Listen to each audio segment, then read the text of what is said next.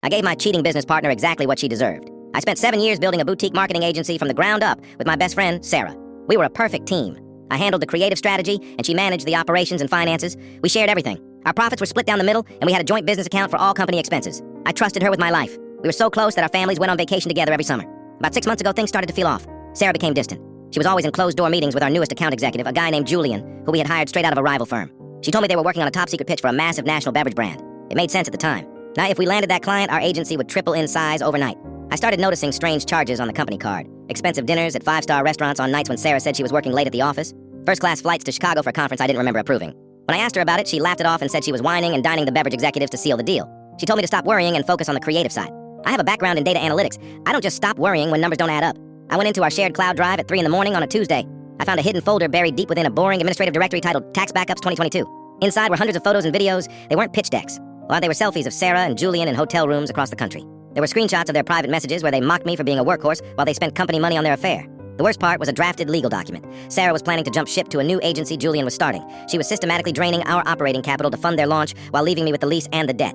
I didn't confront her the next morning. I didn't scream or throw things. I went to the office, made her a cup of green tea, and asked her how the pitch was going. She lied to my face with a smile while I watched the clock. I spent the next month being the most supportive partner imaginable. I encouraged her to take Julian on a scouting trip to the coast to look at filming locations. I told her she looked tired and should take the company car for the weekend. While they were gone, I went to work. I visited our biggest clients. I showed them the evidence of Sarah's embezzlement and the way she was planning to abandon their accounts. Every single one of them signed a new contract directly with me as an independent consultant. I moved our entire creative team into a smaller, cheaper office space I had quietly leased under a different LLC. The night before they returned, I emptied the main office.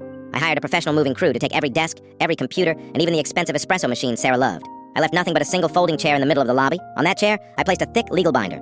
It contained every fraudulent expense report she had filed, and the photos of her and Julian on company time, and a copy of the lawsuit I had filed for breach of fiduciary duty. I also included a letter from our landlord notifying her that I had paid the fee to break our lease, and that she was now solely responsible for the final 3 months of rent on the empty space. Sarah called me 42 times that morning. I didn't pick up once. I'd already diverted the remaining funds from our joint account into a legal escrow to cover the upcoming litigation. I had also sent a copy of the binder to Julian's wife. I knew she was the primary breadwinner in their household and held the deed to their house. By the end of the week, Julian was kicked out of his home with nothing but a suitcase. And Sarah's new agency collapsed before it even started because no client would touch her after word got out about the embezzlement. Now Sarah is working as a freelance copywriter for pennies just to keep up with her legal fees. I am suing her for the return of every cent she stole from the business. My new agency is thriving with the clients who stayed loyal to me.